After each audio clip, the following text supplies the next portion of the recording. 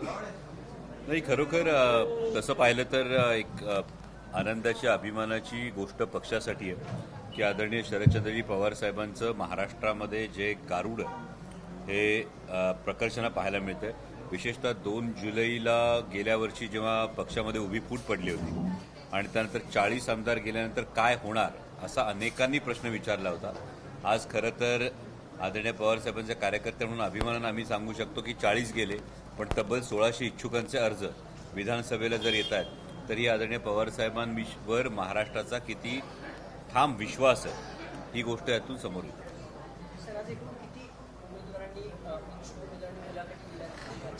या सोलापूर, सांगली, सातारा, कोल्हापूर आणि त्यानंतर पिंपरी चिंचवड शहर अशा या सगळ्या मुलाखती झाल्या आणि खूप चांगले कॅन्डिडेट्स हे पक्षाकडे समोर येताना दिसत आहेत आणि नक्कीच विधानसभा निवडणुकीमध्ये हा एक विश्वास सगळ्यांना समोर दिसतोय. केवळ मुलाखतीच नाही तर शिवस्वराज्य यात्रेच्या जवळपास आमचे एक 60-65 विधानसभा मतदारसंघामधून शिवस्वराज्य यात्रा जी जाऊन आली, या शिवस्वराज्य यात्रेमध्ये सुद्धा हाच प्रतिसाद जनमानसामध्ये हा स्पष्टपणे दिसतो.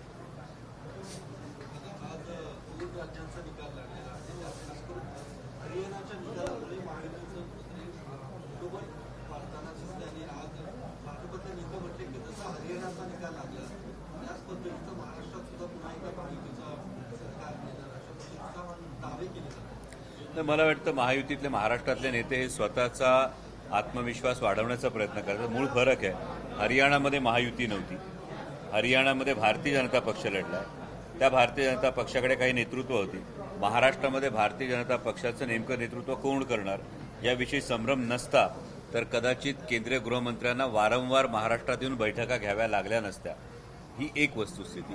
दुसरी, ज्या पद्धतीनं भारतीय जनता पक्षाच्या माननीय गृहमंत्र्यांनी, केंद्रीय गृहमंत्र्यांनी बैठक घेतल्यानंतर 2029 भारतीय जनता पक्ष स्वबळावर लढणार ही घोषणा केल्यानंतर खरं तर 2024ला नेमकी शिंदे गटाची शिवसेना आणि अजितदादांच्या राष्ट्रवादींनी करायचंय काय हा प्रश्न महायुतीतच संभ्रम तयार झाला. एक साधं उदाहरण जर द्यायचं झालं तर लाडकी बहीण योजनेच्या संदर्भामध्ये जाहिरात करत असताना महायुतीमध्ये एकवाक्यता नाही, ही गोष्ट स्पष्टपणे समोर येते. म्हणजे प्रत्येकजण आपली योजना ही वेगळ्या पद्धतीने रेटण्याचा प्रयत्न करतोय. त्यामुळे हरियाणातली परिस्थिती, महाराष्ट्रातली परिस्थिती यामध्ये प्रचंड तफावत आहे.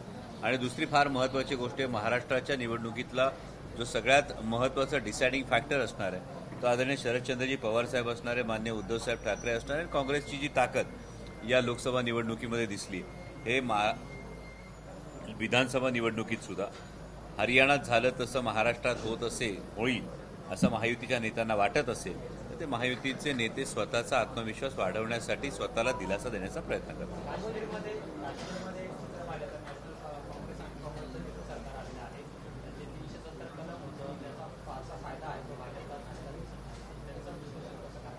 नक्कीच नॅशनल कॉन्फरन्समध्ये उमर अब्दुल्लांच्या नेतृत्वाखाली ज्या पद्धतीने निवडणूक लढवण्यात आली आणि 370 कलमाचं हे सातत्यानं संसदेमध्ये सुद्धा याविषयी अनेकदा चर्चा झाली आणि मूळ काश्मीरच्या लोकांना याचा नेमका काय फायदा झाला, जम्मू काश्मीरच्या लोकांना याचा नेमका काय फायदा झाला. कारण काही गोष्टींकडे आपण दुर्लक्ष केलं की जेव्हा सोनम वांगचुक हे 370 कलमाचा एक परिणाम हा लडाखचा आहे आणि लडाखमधून सोनम वांगचुक हे जेव्हा येत होते तेव्हा एकीकडे अत्यंत गंभीर आरोपांखाली जेलमध्ये असणारे आरोपी पॅरलवर बाहेर सुटत होते आणि न्याय मागण्यांसाठी लडाखवरून येणारे सोनम वांगचुक यांना मात्र स्थानबद्ध केलं जात होतं. हा जो एक फरक आहे, हा फरक जर आपण बारकाईने लक्षात घेतला तर भारतीय जनता पक्ष ज्या पद्धतीनं प्रोपागंडा करून ही गोष्ट सांगत होती ती वस्तुस्थिती नाही हे जम्मू काश्मीरच्या निकालांनी स्पष्ट झालेलं. आणि मी उमर अब्दुल्ला आणि काँग्रेसचं मनापासून अभिनंदन करेन की ज्या पद्धतीनं इतक्या आरोपांना सामोरं जात असताना सुद्धा त्यांनी निवडणूक लढवली आणि यश संपादन केलं, तर त्यांचं मनापासून अभिनंदन. आज ज्या पद्धतीनं निकाल लागले तेव्हा काँग्रेसचा जो आकडा कमी झाल्याचं दिसतं. एक्झिट पोल आपण बघत होतो की काँग्रेसची सत्ता एक प्रतिशत झालं नाही, भाजप पुढे गेली आणि आता उद्धव ठाकरे आठवड्याबद्दल मुख्यमंत्रीपदाच्या मुद्द्यावर त्यांचं असं म्हणणं की जाहीर केलं मुख्यमंत्री. मी आज उद्धव साहेबांनी काय विधान केलं हे मला खरं तर माझ्या वाचनात आलेलं नाहीये, त्यामुळे त्याविषयी मी भाष्य करणं उचित ठरणार नाही. वरिष्ठ नेते एकत्रित बसून जो काही फॉर्म्युला समोर येईल तो फॉर्म्युला नक्कीच त्या फॉर्म्युलानुसार काम होईल आणि महाविकास आघाडी एकत्रितपणे एकसंधपणे सामोरी जाईल या निवडणुकीला, हा आम्हाला सगळ्यांना विश्वास आहे. तुतारीचा मुख्यमंत्री व्हावा असं तुम्हाला पक्षाचा कार्यकर्ता म्हणून हे वाटतं? बघा, प्रत्येक पक्षाच्या कार्यकर्त्याला हे वाटणं अगदी स्वाभाविक आहे. यामध्ये कुठलीही ब्रेकिंग न्यूज नाही, यामध्ये कुठलीही हेडलाईन सुद्धा नाही आहे. प्रत्येक पक्षाचा कार्यकर्ता हे म्हणणारच आहे की माझ्या पक्षाचा नेता हा मुख्यमंत्री व्हावा, हे प्रत्येक पक्षाला वाटणं स्वाभाविक आहे. पण मला वाटतं महाविकास आघाडीमध्ये हा समन्वय असणं, की वरिष्ठ नेते जो अंतिम निर्णय घेतील तो सगळ्यांनी मान्य करणं हे जास्त महत्वाचं आहे. किमान महायुतीसारखं वेगवेगळे बॅनर तर लागत नाहीत, एकाच योजनेचे वेगवेगळे बॅनर तर लागत नाहीत. ही चांगली सकारात्मक बाब आहे. शिरूरमधून अजित पवार लढण्याची जी चर्चा आहे त्याच्याबद्दल काय माहिती आहे? तेव्हा मी फार लहान कार्यकर्ता आहे, त्यामुळे मी तर असं म्हणू शकत नाही कसा निवडून येणार ते बघतो असं मी म्हणू शकत नाही. पण आदरणीय दादा हे राज्याचे नेते आहेत, आणि राज्याचे नेते जर शिरूर लोकसभा मतदारसंघामधून लढत असतील तर नक्कीच त्यांच्या कार्यकर्त्यांना, त्यांच्या पाठीमागे ज्यांनी निर्णय घेतला, या सगळ्या आमदारांच्या मनात हा नक्कीच एक संभ्रम तयार होईल की सेनापतींनीच शस्त्र टाकली तर मग सैन्याने लढायचं कोणाच्या जीवावर, हा प्रश्न नक्कीच दादांच्या कार्यकर्त्यांच्या मनात हा तयार होऊ शकतो. याचा सुद्धा विचार ते इतके वर्ष राजकारणात आहेत, समाजकारणात आहेत, तर त्याचा विचार ते नक्की करतील. तुमच्या मतदारसंघामध्ये हडपसर विधानसभा मतदारसंघ आहे. तिथे महाविकास आघाडीमध्ये वाद निर्माण झाला. काल सुषमा अंधारे हे डायरेक्ट उमेदवारी आयची जाहीर केली, शिवसेना लढवणार, त्यांनी नाव सुद्धा सांगितलं. तर महाविकास आघाडीमध्ये नेमकं ही जागा कोण लढवणार? मला वाटतं सुषमाताईंनी हा त्यांचा विचार बोलून दाखवला असेल, कारण अजून महाविकास आघाडीचं जागा वाटप हे अंतिम झालेलं नाहीये. त्यामुळे हे जागा वाटप अंतिम झाल्यानंतर त्यावर भाष्य करणं हे जास्त उचित ठरेल. प्रत्येक कार्यकर्त्याला असं वाटणं की यामध्ये आपल्याकडे ही जागा येणं, कारण ताकदीनं शिवसेनेच्या युनिटने चांगलं काम केलंय का हडपसरमध्ये हे मान्य करावं लागेल. चांगलं काम केलं. भोसरीमध्ये शिवसेनेच्या युनिटने चांगलं काम केलंय. खेडमध्ये, मी शिरूर लोकसभा मतदारसंघापुरता बोलतो, म्हणजे जुन्नर असेल, आंबेगाव असेल, खेड असेल, भोसरी असेल, त्यानंतर हडपसर असेल, शिरूर हवेली असेल, प्रत्येक ठिकाणी शिवसेनेच्या युनिटने केलंय ना चांगलं काम. त्यामुळे त्यांना त्याच्यावर दावा सांगावा वाटणं यामध्ये काही गैर आहे असं मला वाटत नाही, कारण या सगळ्या ठिकाणी लीड आहे. या सगळ्या ठिकाणी लीड असताना भोसरीमध्ये 37,000चं लीड जेमतेम 8,000वर आणत असताना नक्की राष्ट्रवादी काँग्रेस पक्षाकडे कोण कार्यकर्ते, किती कमी संच असताना शिवसेनेच्या युनिटने चांगलं काम केलं, अशा ठिकाणी एक क्लेम होणं स्वाभाविक आहे. परंतु महाविकास आघाडीचा अंतिम जागा वाटप झाल्याशिवाय त्याविषयी भाष्य करणं उचित नाही. डावललं जाणार नाही असं अजित पवारांची जी चर्चा सुरू होती की नेमकं कुठून लढणार, त्यावर आज प्रफुल्ल पटेल यांनी स्पष्ट केलं की मी कार्याध्यक्ष म्हणून सांगतो की अजित पवारांनी बारामतीतून लढावं. दुसरीकडे बारामतीत अजित पवारांची गाडी सुद्धा कार्यकर्त्यांकडून अडवण्यात आली आणि सगळ्यांकडून आग्रह करण्यात अजित पवारांनी बारामतीत. मला वाटतं मी अजित पवारांच्या सल्लागाराचं खरंच कौतुक करेन यासाठी की ज्या पद्धतीनं एक इमोशनल नॅरेटिव्ह सेटअप करण्याचा त्यांनी प्रयत्न केला. पण आजकाल वेब सिरीज आणि सिनेमे हे इतके होत चालले की या पद्धतीचं इमोशनल नॅरेटिव्ह हे जाणीवपूर्वक सेट केलं जातं आहे. हे मायबाप मतदारांना समजणार नाही अशा समजात कदाचित दादांचे सल्लागार असतील. या पलीकडे त्यावर काय बोलतो, डिझाईन बॉक्स कडून सेट केलं जातं असं वाटते तुम्हाला? सल्लागार तेच आहेत ना, मग या पलीकडे दुसरं काय. अजित पवार काही महिन्यांपूर्वी म्हटले होते की शरद पवार माझे दैवत होते. आता पुन्हा एकदा तेच म्हटले की शरद पवार माझे दैवत आहे. हे बघा, यामध्ये त्यांनी पवारसाहेबांविषयी काय विधान केलं त्यावर मी काय बोलणं, म्हणजे दादांना काय वाटतं याविषयी मी काही बोलणं हे योग्य नाही आहे. त्यामुळे या वाक्यावर प्रतिक्रिया देणं मला काही त्यात तथ्य वाटतं. प्रफुल्ल पटेल यांनी दुपारी अजित पवारांची उमेदवारी जाहीर केली बारामतीतून. ते म्हटले की पहिला उमेदवार जाहीर होता अजित पवारांना बारामतीतून निवडणूक लढवावी. काय वाटतंय? काय वाटणार काय, त्यांचा पक्ष, त्यांचा निर्णय, त्यांनी ठरवलं, त्यांनीच सांगितलं नाही लढायचं, त्यांनीच सांगितलं आम्हीच लढणार, त्यामुळे माझीच बॅट माझीच बॅटिंग असा तो सगळा प्रकार आहे. हेडलाईन होणार नाही. पक्ष म्हणून तुम्ही का बॅकफुटला आलात की मुख्यमंत्री पदाच्या शर्यतीत आम्ही नाही, अशी पक्षाची भूमिका आहे? तर त्याचं असं काय कोण कारण? म्हणालं? नाही, पक्षात आता सुप्रिया सुळे काही वेळापूर्वी या ठिकाणी पवारसाहेबही म्हणाले, पवारसाहेब सुद्धा म्हटले होते की आम्ही त्या रेसमध्ये नाही आहोत. मग जरी कार्यकर्त्यांची इच्छा आहे पण मग एवढं सगळं आमदार येणार असल्याचे मला असं वाटतं की आत्ता विधानसभा निवडणुकीकडे मुख्यमंत्री कोण यापेक्षा सत्ता ही येणं, आणि आत्ता सत्ता येण्यापेक्षाही महायुतीचं सरकार ज्या पद्धतीनं महाराष्ट्राच्या तिजोरीमध्ये खडखडाट करते, पुढे राज्य कसं चालणार याविषयी संभ्रम तयार होतोय. 8 लाख कोटींचं कर्ज असताना आणखी 1.25 लाख कोटींच्या कर्जाची मागणी केली जाते. वारंवार योजनांचं फक्त घोषणा केल्या जातात.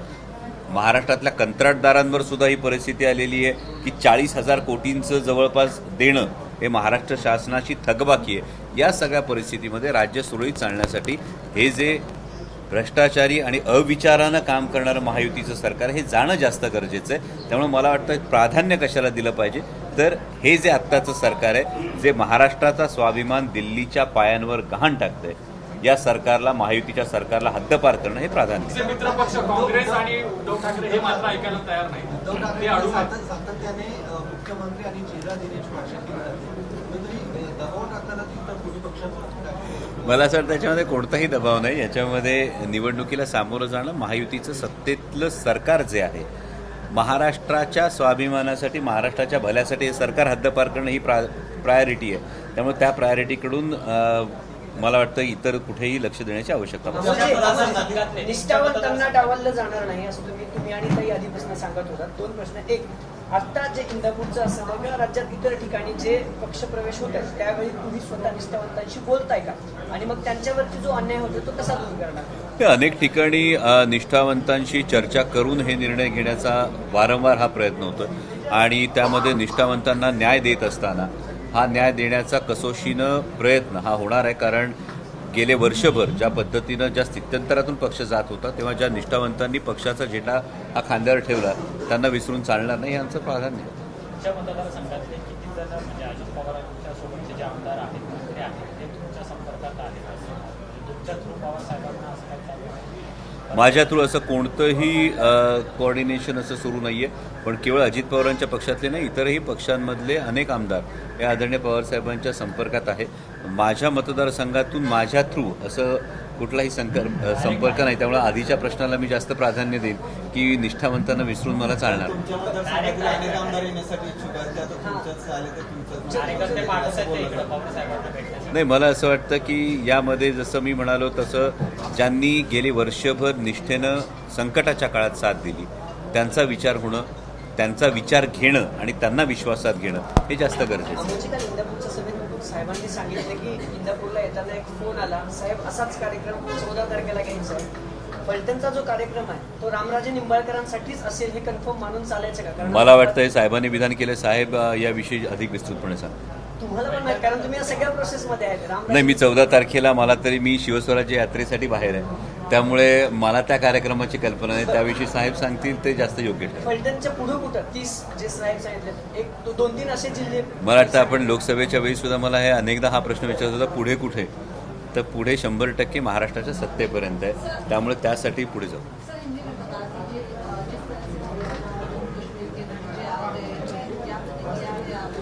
जी हरियाणा का जो नतीजा आया, हरियाणा का ये नतीजा हमें आत्मपरीक्षण करने का ये ज़रूर मौका है, क्योंकि जो एग्जिट पोल्स बता रहे थे, जो ग्राउंड रियलिटी बता रही थी, या फिर जो वातावरण बता रहा था पूरा इलेक्शन का, इसमें तो लग रहा था कि कांग्रेस क्लीन स्वीप करेगी. लेकिन जिस प्रकार से नतीजे सामने आए वो ज़रूर हमें इंट्रोस्पेक्शन करने का ये एक मौका है. और जम्मू कश्मीर के लिए मैं नेशनल कॉन्फ्रेंस और कांग्रेस का तहे दिल से अभिनंदन करूंगा कि बावजूद सब प्रोपेगेंडा के कैंपेन के बावजूद भी और कई आरोपों के बावजूद भी उमर अब्दुल्ला जी, फारूक अब्दुल्ला जी, नेशनल कॉन्फ्रेंस और कांग्रेस ने जो जीत हासिल की है उसके लिए मैं उनका अभिनंदन करूँगा.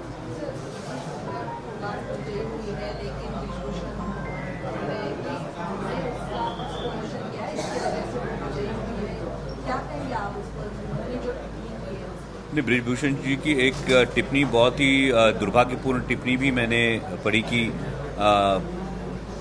देश की लड़की के लिए कोई भी अगर ऐसी टिप्पणी करता है कि जहाँ पे पैर रखेगी वहाँ पे सत्यानाश होगा, ऐसे कोई तो टिप्पणी माध्यमों से मेरे सामने. लेकिन ऐसी टिप्पणी दुर्भाग्यपूर्ण है. लेकिन मैं विनय जी का तहे दिल से अभिनंदन करूँगा कि जिस स्थित्यंतर से वो गई है उसके बावजूद उन्होंने जो जीत हासिल.